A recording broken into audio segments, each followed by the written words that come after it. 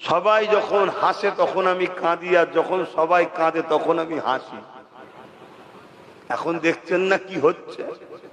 সব মাথায় হাত দিয়ে বসে পড়েছে, কি হবে কি হবে কি হবে কি হবে। তুমি আজকে যেটা ভাবছো কি হবে, 10 বছর আগে থেকে আমি ভাবছি কি হবে। কিন্তু 10 বছর ধরে সমাজ আমাকে দালাল থেকে শুরু করে, বাপ মা তুলে গাল দিয়া থেকে শুরু করে কি না বলতে বাদ দিয়েছে। কি করেছে না করেনি, এখন হাত কেটে গেছে, এবারে কি হবে কি হবে। আমি বলেছিলাম আগে লোহার গ্লাভস পরেলে তারপরে তুই কাজে লাগ, দেখবি হাত নষ্ট হবে না। তো যাক, এরপরও বলবো ভুল যদি ভাঙে ভাঙার মতো ভাঙো, নাই ছিলে করাতে এবারে নিয়ে যে চুলোই না ফেলে দেয়। বুঝতে পারছেন তো আজ নাকি? এতদিন ছিলাম কোথায়? চুলোই,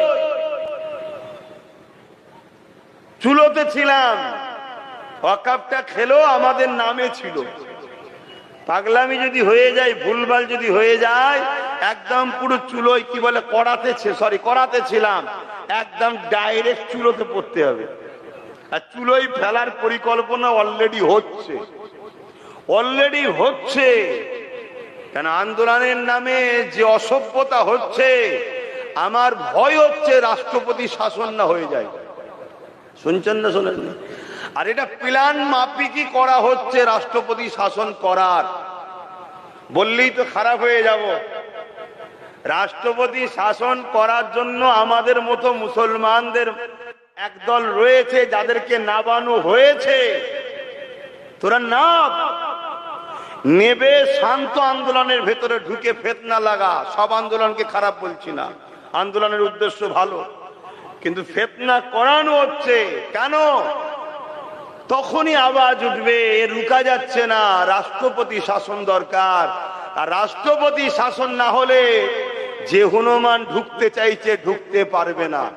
কিন্তু কৃষক বন্ধুদের ক্ষমতা ছিল না কালা কানুনটা রুখতে পারে, যদি তার পিছনে পাঞ্জাব সরকার সাথ না দিত। এটা জানো তোমরা? পাঞ্জাব সরকার বলেছিল থাকা খাওয়া তেল গাড়ি ভাড়া ক্ষতি হলে অর্থ 2 লাখ 3 লাখ 5 লাখ করে টাকা, জানেন তো নাকি?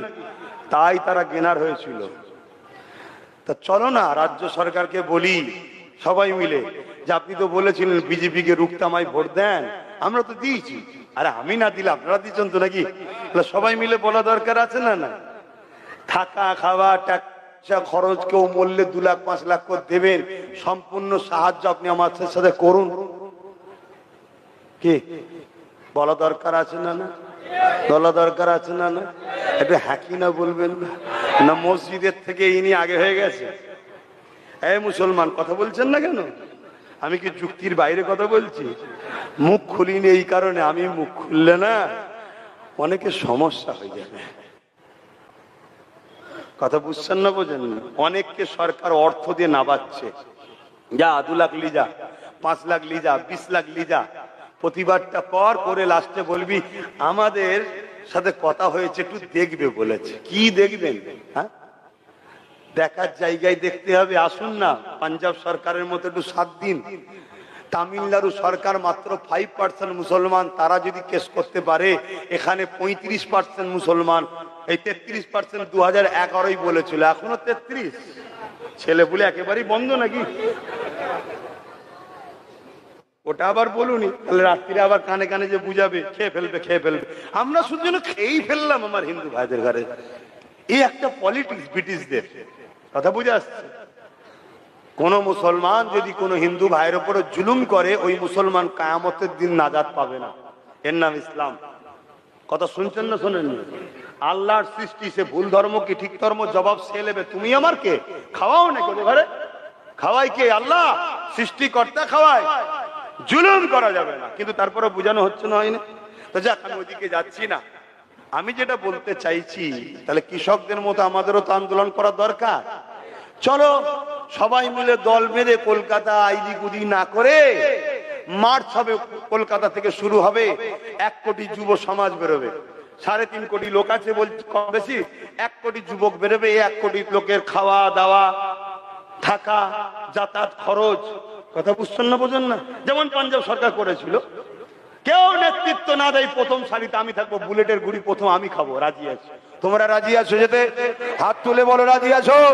না রে তুইবের সরকার সাথ দিক, তাহলে সরকারকে বাহবা দেবো না, বাহ ভালো কাজ করেছে কি। আর শুধু ভোট লিবার সময় বলবে আর বলবে না তোমরা তোমাদের ঝামেলা মিটিয়ে লাও, ও করেছে আমি কি করব। তুমি যে কেন বলতে গেলে যে আমি রুখবো? আশায় মরে চাষা, আমাদেরকে তো চাষা বানিয়ে দিলে কি। তাহলে এই দাবিটা হওয়া দরকার আছে না? না, যে আন্দোলন থেকে দেখবেন এই দাবিগুলো হচ্ছে না, জানবেন ওই আন্দোলন গুলোর জন্যই কিন্তু বিগত দিন এরা দালালি করার জন্যই কিন্তু আমাদের ওয়াকফ আজকে এই জায়গায় গেল। শুনছেন না শুনেন না? এরা নতুন করে আবার মাঠে নেমে পড়েছে ঘোলা জলে মাছ ধরবে বলে। শুনছেন তো নাকি? আমার কথা কষ্ট হচ্ছে যে এই সময় ভাইজান কি বলছে। হ্যাঁ, আমি একটা জিনিস বুঝি, যখন সংখ্যা বেশি থাকে তখন হারি, যখন সংখ্যা কম হয় তখনই জিতি। ইতিহাস এটাই বলছে তো নাকি? হযরত ইউসুফ বিন নূহ আলাইহিস সালাম যিনি মসজিদে আকসাকে উদ্ধার করেছিলেন, একটা শর্ত দিয়ে একটা নৌকায় উঠলেন, পানি সাগরের ওপর দিয়ে যাচ্ছে, নদীর ওপর দিয়ে, পানি যে খাবে না সে মসজিদে আকসার জন্য সৈন্য হবে। মাত্র 313 জন পানি খায়নি, সবাই পানি খেয়ে ফেলেছিল। 313 জনকে নিয়ে ইউসুফ বিন নূহ লড়াই করলো, তার ওসিলায় মসজিদে আকসা বিজয় হলো। জোরে বলুন সুবহানাল্লাহ। আমার হুজুর দয়ান নবী, নূর নবী, হায়াতুন নবী, সাফাতুন নবী, মেহরাজ ওয়ালা নবী, তামাম কায়নাতের বাদশা, শুধু দুনিয়ার নয়, তামাম কায়নাতের বাদশা, আল্লাহর সৃষ্টি কুলের বাদশা। আল্লাহ জিনাকে বানিয়েছে। কে বানিয়েছে? আল্লাহ বানিয়েছে। সেই মুহাম্মদ সাল্লাল্লাহু আলাইহি ওয়াসাল্লাম তিনিও বদরে জিতলেন 313 জন। যখন সংখ্যা বেশি তখন হারি, যখন সংখ্যা কম, সংখ্যা বেশির মধ্যে ইসলাম বিদ্বেষীদের লোক ঢুকানো থাকে দাড়ি টুপি ছদ্মবেশে। আর সংখ্যা যখন কমে যায়, সব চিটে উড়ে গিয়ে সলিডটা থাকে, তখন আল্লাহ বিজয় দেয় ইমানদারের ওসিলায়। কথা বুঝলেন? তুমি যদি ইমানদার হও তাহলে এই কথা কোনো বলতে পারছো না কেন? চোখে চোখ রেখে যে আসুন পাঞ্জাব সরকারের মতো 7 দিন কি গো, এই জায়গাটা ধরো। চাপে পড়লে বিড়ালও দেখবেন গাছে উঠে পড়ে। 1 বছর বাকি আছে, চাপ যদি দিতে পারো 1 বছরের মধ্যে হুলুস তুলুস হয়ে যাবে। সমাধানের রাস্তা আছে না? নাই? তাহলে ঠিক জায়গায় তো সমাধান করতে হবে কি। হ্যাঁ, একজনের মানুষের ডাক্তারের কাছে গেছে, বলছে ডাক্তার বাবু আমার কিছু ভাবে টয়লেট হচ্ছে না। বুঝছেন তো নাকি? কোনো ভাবে হচ্ছে না, যা ওষুধ দিয়েছেন সব কিচ্ছু হয়নি। ডাক্তার একটা বাতি দিয়েছে, কি বলছে? পায়খানার দরজায় দেবে, টয়লেটের দরজায় দেবে। 3 দিন পরে গিয়ে বলছে ডাক্তারবাবু 3টে দিয়েছি তাও হয়নি। ডাক্তার বলছে হয়নি মানে? সে কি কথা রে, 3টে দিয়েছি? হ্যাঁ। বলছে লাস্টের দিনে রাগ করে একসাথে 3টে দিয়েছি তাও হয়নি। বলছে না। বলছে কই কিভাবে দিলি আমাকে দেখাতো। বলছে দরজায় যেতে হবে তো। বলছে ধরে গাধা, আমি ওই দরজার কথা বলিনি, তোর নিজের যেটা দরজা আছে পায়খানা। আর বুঝতে পারছেন তো নাকি? তাহলে ওষুধ ওষুধের জায়গায় কাজে লাগালে তবে হবে, আর না হয় চিল্লে আর একটা জেলের সুবিধা করে দিচ্ছ। তাহলে আমি কি আন্দোলনের বিরুদ্ধে বলছি? না, আন্দোলন করো কিন্তু ঠিক জায়গায় সুইচ টেপো, চাপ দাও ঠিক জায়গায়।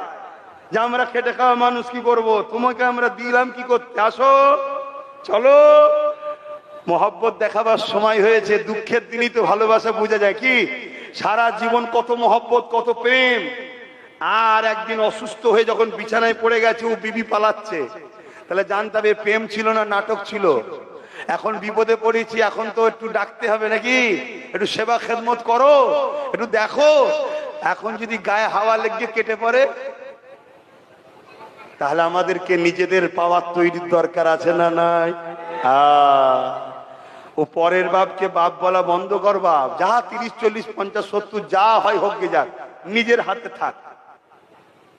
বাকি যারা আছে আছে। আমার কাছে 40 জন লেবার আছে, তোর কাছে 100টা আছে, আমার কাছে 70টা আছে, তোর কাছে 90টা আছে। চল একসাথে লাগা, পার্টনারে বিজনেস করি। পার্টনার ছাড়া বাঁচার রাস্তা নেই। খেটে খুঁটে চলে আসবে 1 লাখ টাকা পাওয়ার থেকে, তুই আমাকে 1% শেয়ার দে, সারা জীবন মালিক থাকবো। কথা মাথায় ঢুকছে?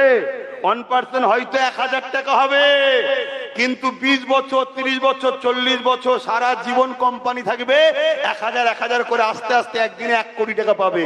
আর খেটে এক চান্সে 1 লাখ নিবি, ও 3 দিন পরে ফুর্তি আনন্দ করতে করতে উড়ে যাবে। অতএব সব জায়গায় পার্টনারশিপ হও যদি বাঁচতে চাও, আর না হয় ওই 500,000 খাও, কয়েক লক্ষ মিলিয়ন কোটি টাকা লেলিয়েছে। আর কথা নাই। কার কার কষ্ট হলো গো? গাল দেবেন? দেন না, বাপ তুলে মা দিলে দেন। কিয়ামত দিন বলবো, আল্লাহ আপনার বান্দাদেরকে বাঁচাতে গিয়ে গাল খেয়েছে, যারা খেয়েছে এদের বিচার আপনার কাছে দিলাম।